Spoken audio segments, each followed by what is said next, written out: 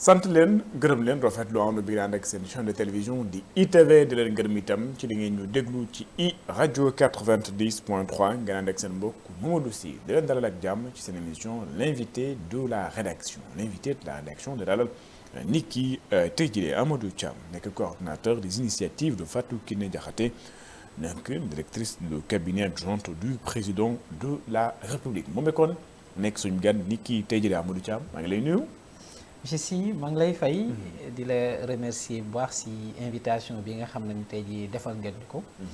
ñëw fi tey seet si leen tey fas yéene waxtaan ak yéen merci beaucoup. ñu nar a nag sax ak moom waxtaan ci ponk yoo xam ni bëri na ay ci wàllu li ñu naan emploi des jeunes wàllu formation ak yeneen ponk ñu waxtaan itam initiative yoo xam ni directrice adjointe cabinet président de la République di ki nga xam ni moom mooy Fatou Kiné Diakhaté jël na ko ay projet yoo xam ni kon taxawal na ko fas yéene gunge ñi nga xam ne ñoom ñooy ndaw ñi alors Amadou Thiam fan la initiative yi juddu maanaam Fatou Kiné Diakhaté directrice cabinet adjointe président de la République moo tax mu xëy rek mu ne kon may taxawal ay initiative gunge ñi nga xam ne ñoom ñooy ay ndaw mbir mi fan la juddu.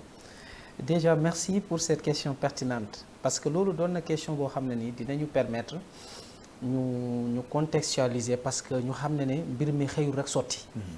déjà madame Fatou Kiné Diakhaté ministre directrice de cabinet adjointe de son excellence le président de la République que nous saluons de passage daf ci am ci ay activités yoo xam ne ni ci la nekkoon avant même muy ñu koy nommer. Oui.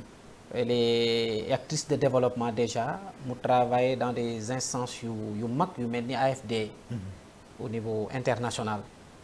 Qui dit AFD dit des programmes de développement boo xam ne ni tey jii dina laal couche yu bari mais moom couche yi li ñuy bari daf ci am yenn yoo xam ne rek ko gën a soxal.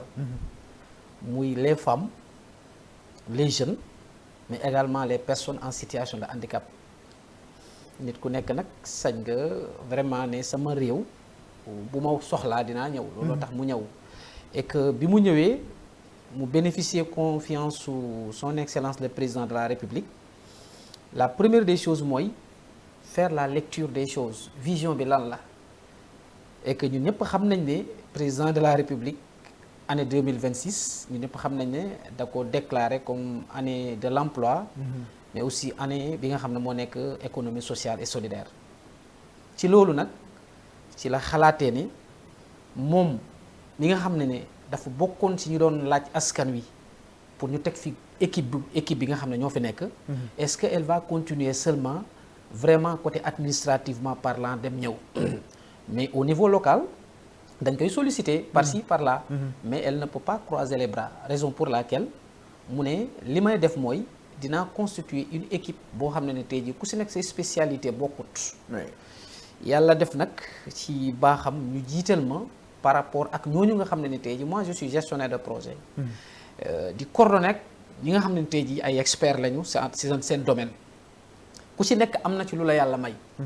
maintenant nag loolu moo ñu permettre initiative bu mu am rek mais allant dans le sens de renforcer vraiment les actions du gouvernement c'est-à-dire li nga xam ne tey jii moom mooy vision wu gouvernement bi de façon générale donc idée bi foofu la jógee looloo tax tey jii on a commencé à se déployer. oui bu ñu naan initiative de Fatou Kiné Diakhaté directrice cabinet suñuy dégg initiative lan la ñu war a yóbbu maanaam lan lañ ci war a jëlee initiative yi lan la. initiative bi. waaw mooy naka la ñuy def ba jigéen ñi autonome. waaw naka la ñuy def. ba ndaw ñi employable c'est-à-dire être compétitif sur le marché de l'emploi. xam nga Sénégal moom koo fekk kaay ma jox la xëy c'est un peu compliqué. mais quand même mën nañ teg mécanisme yoo xam ne tey jii ndaw ñi dinañ leen teg ci rampe yoo xam ne tey jii peut-être dinañ leen faciliter. bi ci topp moom mooy mu am couche boo xam ne ni également c'est couche la boo xam ne ni yu bara bàyyi xel la mooy les personnes en situation de handicap mu doon lu ko soxal lool looloo tax nag à travers action yi def yëpp. ñu doon solliciter partenaires yëpp foofu la lépp jógee partenaires privés publics ñëpp am na si ñoo xam ne sax seen RSE dañuy accompagner par rapport ak parce que cible bi moo ngi fi et que c'est à travers tout le Sénégal donc initiative bi vraiment c'est loolu mu ngi dem ci autonomisation employabilité des jeunes mais également accompagnement des personnes en situation de handicap. alors yan tey bu ñu nee initiative bi kon dafa mel ni door na. door na déployé wu tey ci yan gox la njëkkee doxal yi nga xam ne moom mooy initiative yi ndax dafa am ay projets yoo xam ne taxawal na ko ak yan gox la. Oui door nañu parce que booy dem ci pouponnière bu Kaolack. def nañ fa ay action waaw nga def si INEFJA bu Thiès xale yi nga xam ne dañoo silmaxa foofu aussi dem nañ fa accompagner leen vraiment c'est le moment également waa Thiès ñu jaajëfal leen parce que ñu ngi am initiative boo xam ne ñu jar a bàyyi xel la. donc bi ñu fa demee aussi ñu accompagner leen par rapport ak li nga xam ne tey jii moom mooy seen activité bi ñu doon def mais pare wuñ fi. On s'est donné main dans la main pour xool la continuité c'est quoi.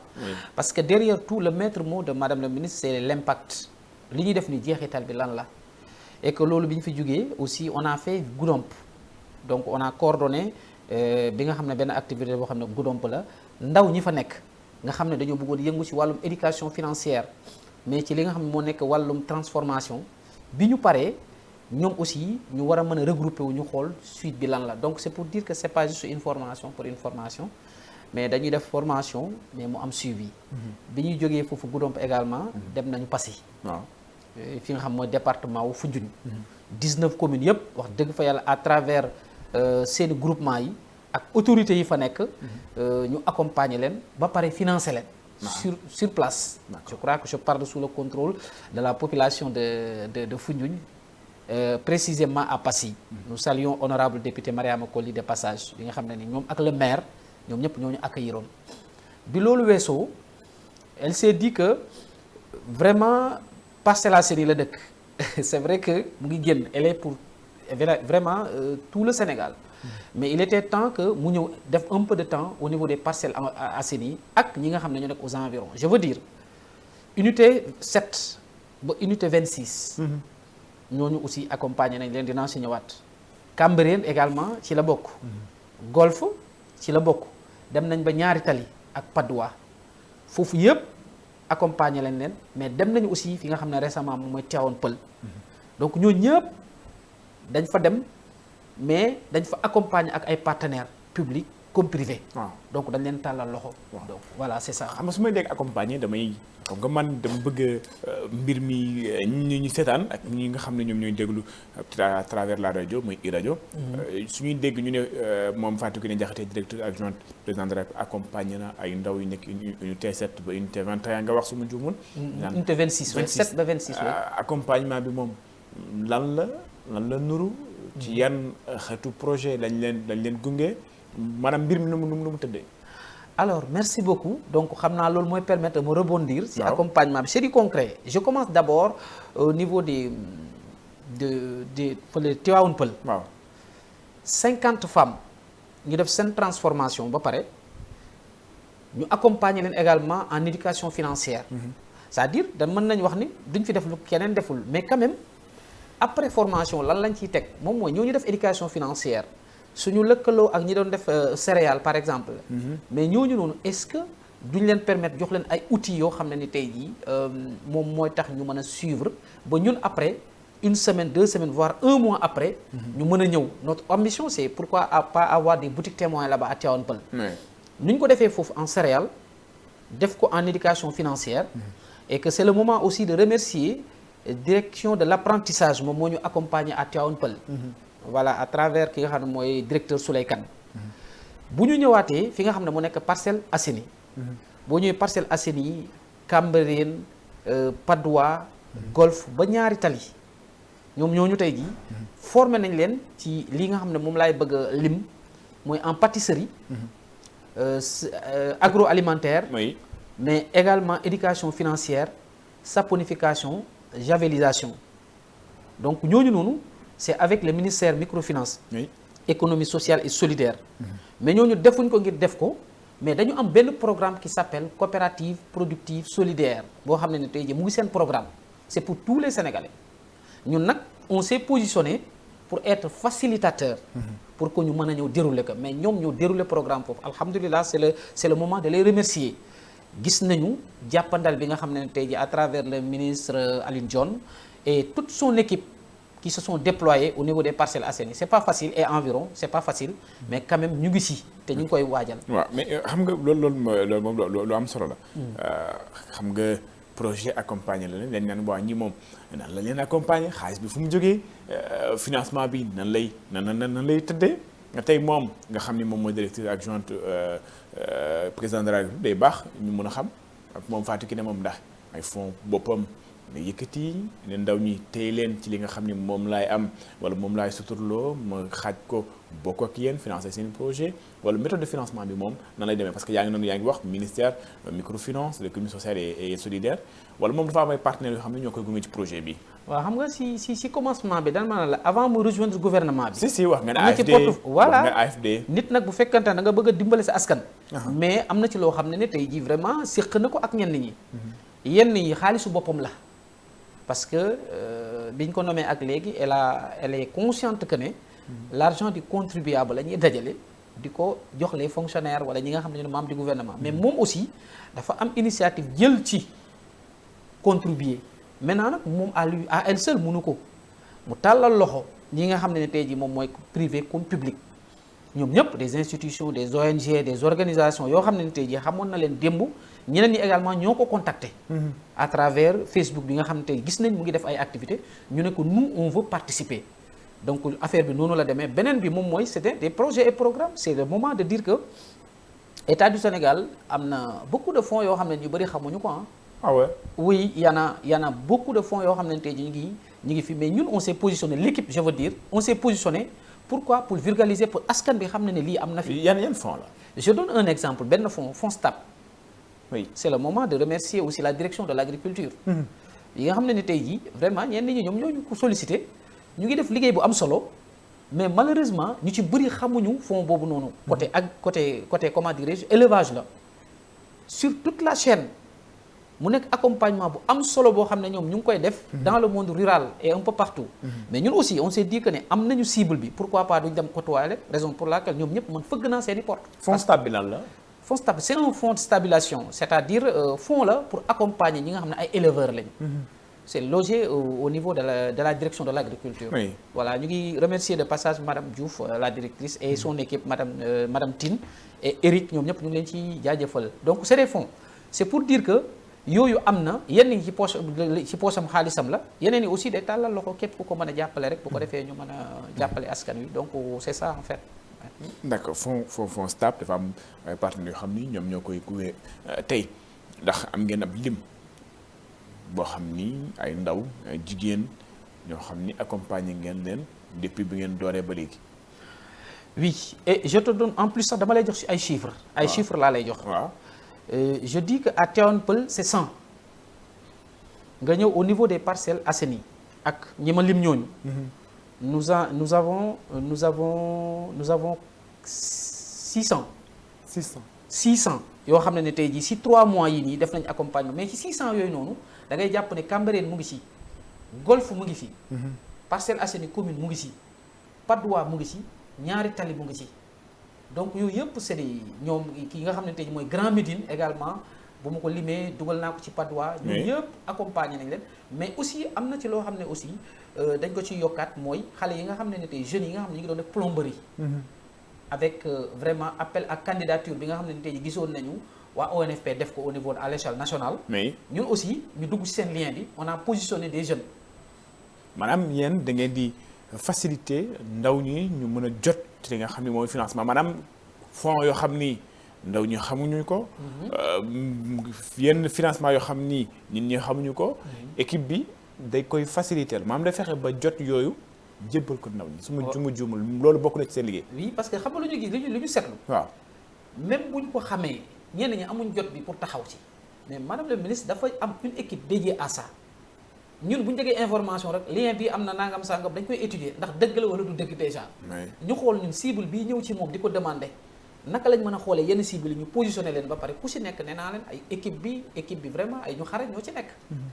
ñoom ku si nekk danañu xam nan ak naka la ñuy def quoi c'est pour dire que en tant que sénégalais aussi bu ñu gisee état envoyé aussi des projets et programmes ñun on se positionne yenn ñi moom mooy jël ci alalu boppam joxe yeneen yi vraiment elle nous met en relation avec des organisations yoo xam ne bëgg nañ ko jàppale. bu ko defee mu dem ci askan wi.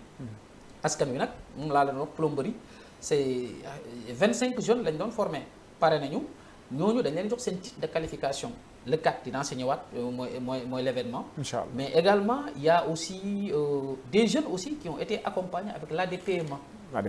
ADPME donc processus bu gudd la nag. depuis lors positionné nañ leen ba yàlla def alhamdulilah ñoom ñu bëri dëgg fa yàlla ko kii nañu xam nga damay naan ndax amul luñ naan comment on appelle ça déjà am na benn expression ci kàllaamay nasaraan boo xam ni bu baat bi moom laay wër nii mooy luñ naan ndax par exemple moom mu ngi ci attelage pas gouvernement bi mais mu ngi ci wetu président de la république ci wet gi itam am na yenn kuréel yoo xam ne mel ni ADPM ak ministère yi nga xam ne micro de l'économie sociale et solidaire yi nga xam ni itam ñoom dinañ ñëw taxawu ci li nga xam ni mooy yenn ci ay initiative am ndax duñ naan am na benn boobu mbir moo xam ni maanaam daal le fait que xëy na moom nu mu xawee. nu mu jegee ba loolu dañ koy maanaam léeg-léeg équipe bi bu ñëwee rek. ci ministère yi wala ci ADPM dañ koy xaw a yombalal mbir mi. non tout à fait contraire sax boo déggee ma wax loolu.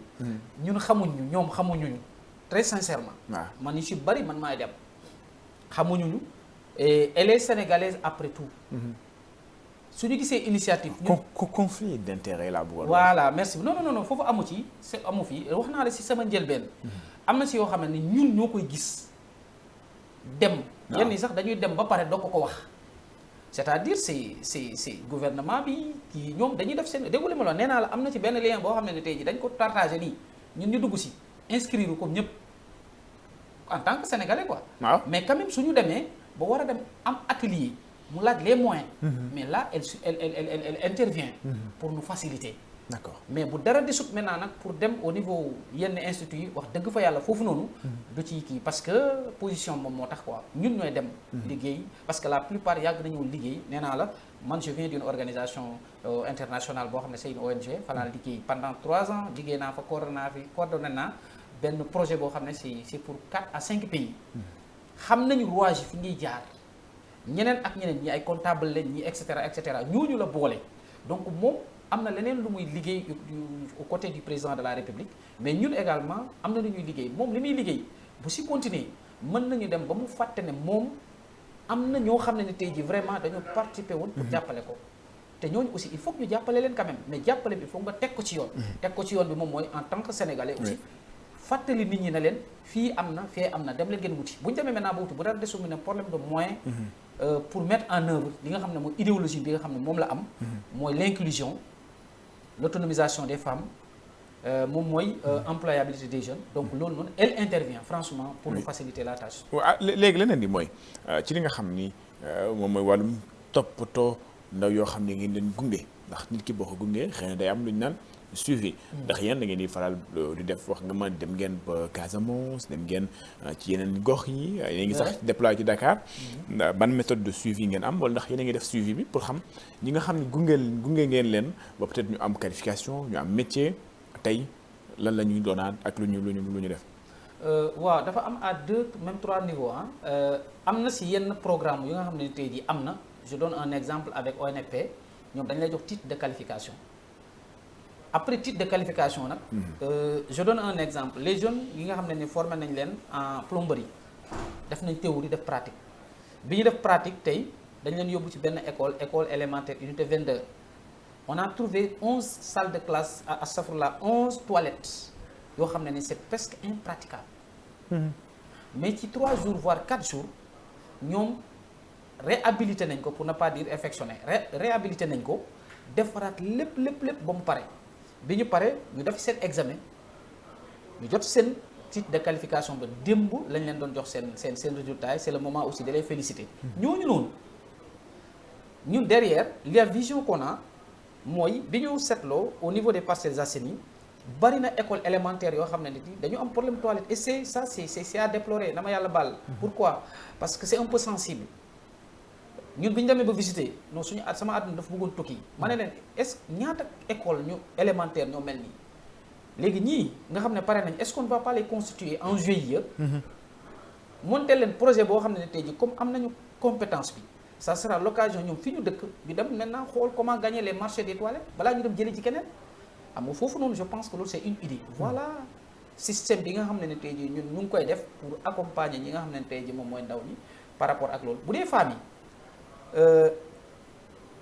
ñi nga xam def nañu pâtisserie on envisage de faire des boutiques témoins surtout avec les jeunes filles en collaboration avec les écoles bu ñu leen jàngalee tout ce qui est sucré salé et cetera mais comment faire ba nga xam ne tey jii ñoom les cantines scolaires yi nga xam ne ñu ngi koy promouvoir waaw mais pourquoi ne pas positionner ces jeunes là après leur formation ñi nga xam ne formé nañ leen en digital ah tey jii renforcer leen mais ñooñu noonu femmes yi bu ñu defee seen formation ba pare étiquetage ah yooyu noonu nga xam ne transport tey moom day def dotation de tricycle day dina joxe tey le 4 incha allah ça sera l'occasion xale yi jeunes yi nga xam ne tey jii vraiment enrôlé nañ leen avec l'accompagnement du ministère microfinance bien sûr ñu jox leen bu ko defee mu am en synergie donc là cette solidarité mooy seen biir ku si nekk am nga looy def mais am nga sa cible déjà ci sa biir donc ça sera par zone yoo xam ne tey jii dañ koy def donc loolu mooy li nga xam ne mooy finalité c'est pas former pour former oui mais ñun suñu liggéey dëgg mu ngi door après la formation ñun équipe bi d'accord on facilite pour capter vraiment des opportunités soit ñun la portefeuille yi ñu am soit moom mu am ñi nga xam ne tey ay ONG lañ ñu boole mais suñu demee maintenant ba nga xam ne def na nii def ba pare on se positionne maintenant nag pour suivi parce que loolu mooy li nga xam ne tey ji mooy vision gouvernement bi c'est l'année année emploi la en économie sociale voilà économie sociale et solidaire tant que loolu ñun defuñu ko wane ne également sunu objectif mooy que vraiment ñu am des centaines de mille de techniciens au niveau du Sénégal pour que ñu mën a vraiment dugg dans le marché de l'emploi d'ici 3 ans 4 ans voire 5 ans voilà c'est ça l'objectif en fait c'est ça. alors da nga ne da ngeen bëgg itam da ngeen am le 4 da nga ne le 4 moom lan parce que yaa ngi ko doon tudd sànq lan mooy xew le 4. waaw le 4 juillet bii di ñëw date la boo xam ne ni ça sera gravé à jamais dans l'histoire du Sénégal je m'explique parce que dañ doon def rek pour def mais dafa tollu moment boo xam ne ni dañu war a taxaw seetlu ñun liñ jot a def yépp li ma la wax qu'en est-il de la situation maintenant fu ñu toll donc dañu bëgg a doog taxaw pour dem a xool def récap un peu lan lañ jot a def lan mooy impact bi mais fan lañ jëm looloo tax le 4 incha allah terrain unité 21 Parcelles Assainies weti ACAPES en face weti Brioche Dorée bi à partir de 15h à 20h incha allah ñu ngi ci woo ñëpp nag bàyyiwuñ kenn ça sera l'occasion ñu joxe les titres de qualification officiellement devant les partenaires dinaa si ñëwaat mais également ça sera aussi l'occasion de lancer des projets yoo xam ne ni tey jii am nañ ko en vue benn bi nga xam ne tey jii moom mooy Parcelles Assainies boo xam ne tey ñoom genre compétition pour cadre de vie on va passer par les conseils consultatifs mais à travers les ASC que naka la ñuy def tey jii ba côté sécurité côté assainissement côté sensibilisation art culture mu nekk un programme yàlla def ñu ne bind nañ ko ba pare validation bi rek moom moo def comment on va faire d'ici 1 an bu ko defee quartier yépp mën a bokk à l'animation communautaire donc ça c'est important donc les deux là il faut que ñu bàyyi xel loolu mooy l'employabilité c'est vrai mais engagement citoyen gis nga nit bu fekkante ne da nga koy dimbale derrière na am tuuti lu mu génnee pour askanam donc c'est ça looloo tax vraiment là il y a beaucoup de projets yu ñu war a lancer ah looloo tax le kii comment le 4 bi vraiment ça sera l'occasion d'inviter tout le monde voilà donc toutes les autorités qui seront là-bas ak ñenn ñi nga xam ne ni pare nañu pour ñëw y en a beaucoup peut-être après ci kanam ci temps bi may dinañ ci ñëwaat non mais justement dañu mën a lu ñu dese ci temps bi bëreetul dama bëgg ñu ñëw ci loolu nga xam le ñu dellement qu'est-ce qui est attendu après loolu fu ngeen jëm. d'accord ministère yi ñuy xaar bokk na ci vraiment naturellement ministère microfinance économie sociale et solidaire ñu ngi koy xaar. ministère de la culture également ñu ngi koy xaar monsieur Alpha Thiam. mais également ministère de la formation professionnelle. mais surtout ak yenn direction yi yu mel ni ONFP.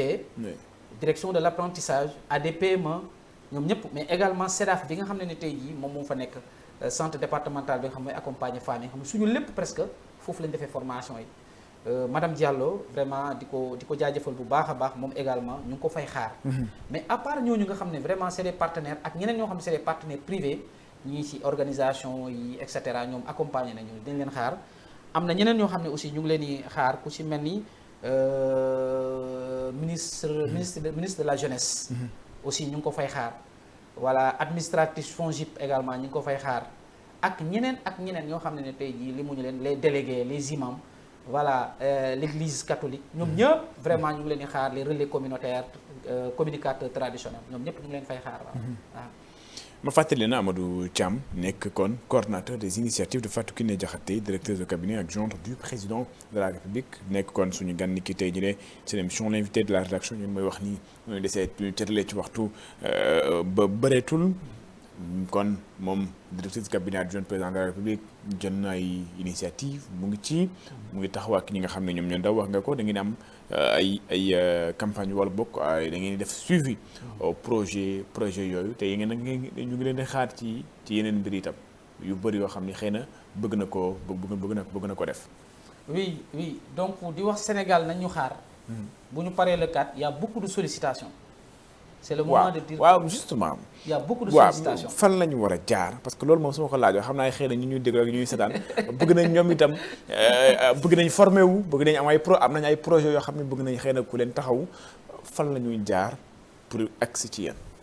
voilà je pense que moom mooy joxe orientation yi. waaw bu joxee orientation rek moom ñëpp ñi nga xam ne te war nañ fa dem sa vision moom moo koy définir. ñun dañuy traduire de façon opérationnelle li nga xam ne mais war na am benn visibilité boo xam ne man su ma amee projet ma ne kon man de bëgg naa kon structure bi nga xam ne Fatou Kiné Diakhaté wala boog cadre boo xam ne mettre na ko en place bëgg naa mu taxaw ma léegi nag. fan laa war a jaar maanaam da ngeen am ay bureau des locaux. fu ñu war a ñëw. effectivement on est au niveau des Parcelles Assainies HLM Grand Médine. voilà on est fii HLM Grand Médine mais xam nga li may bañ. waaw day bañ nga xëy enveloppe yu bëri foofu. ñun on ne se substitue pas. waaw vraiment du travail des directions des. képp koo xam ne tey jii sénégalais nga ñu war na dimbale xam nga fi nga war a dem maanaam état am na ay mécanismes yu mu teg demal foofu noonu loolu la ñuy orienté ñëpp. maintenant derrière si à part loolu. moom personnellement vision bi mu xam ne am na ko sur ces initiatives qui sont personnelles là ku ci ñëw HLM Grand Médine wala nga jox ko ak moom. ñun danañu jox feuille de route bi ñu xool mais quand même on sera dans les 46 départements. pour traduire li nga xam ne tey jii mooy suñu vision. waaw qui n'est rien d'autre que vraiment l'employabilité des jeunes l'autonomisation des femmes. et vraiment accompagner li nga xam mooy personne situation handicap. voilà donc loolu mooy li nga xam ne tey jii moom la ñuy fas yéene def. voilà donc mu ngi noonu di jox rendez-vous nag ñëpp le 4. incha allah c'est fan la. ñu ngi doon Parcelles Assainies unité 21 ci terrain unité 21 bi. weti ACAPES bi. foofu ngeen koy defee foofu la à partir de 15h jusqu'à 20h on a invité de grosses pointures également de la musique sénégalaise. ñoo xam ne ñooy assurer première partie bi à partir de 15h. suñu demee ba 16h nag voilà si la cérémonie officielle ministres yi ñëw ñoom ñëpp. voilà di wax ne am na ay beaucoup de surprises également qui seront là-bas. joindre l'utile à l'agréable Amadou Thiam coordonnateur des initiatives de Fatou Kiné Diakhaté directrice de cabinet adjointe du président de la République nekkoon suñu gan ni kii tey jii ci seen émission l'invité de la rédaction ba bàyyi la tàggatoo. voilà merci déjà pour émission bi nga xam ne c'est vraiment pragmatique et professionnel. ni nga ko déroulé di ko jaaree ci di remercier vraiment ñëpp ñi nga xam ne tey jii jàpp nañu ci mais également di remercier tous les points focaux yi nga xam ne am nañ ko ñu nekk dans les Parcelles Assainies et environ di leen masaw coono depuis un mois sonal nañ leen ñu ngi liggéey mais quand même di leen wax na rek li ci des bariwul. tuuti rek incha allah ensemble di dem réussir la 4 bi donc ñu ngi invité ñëpp bàyyiwuñ kenn jërëjëf. merci sant ko gërëm ko Mamadou Thiam sant na itam gërëm leen seen émission l'invité de la rédaction jeex na di leen jox dig daje ci benn numéro ak beneen gan.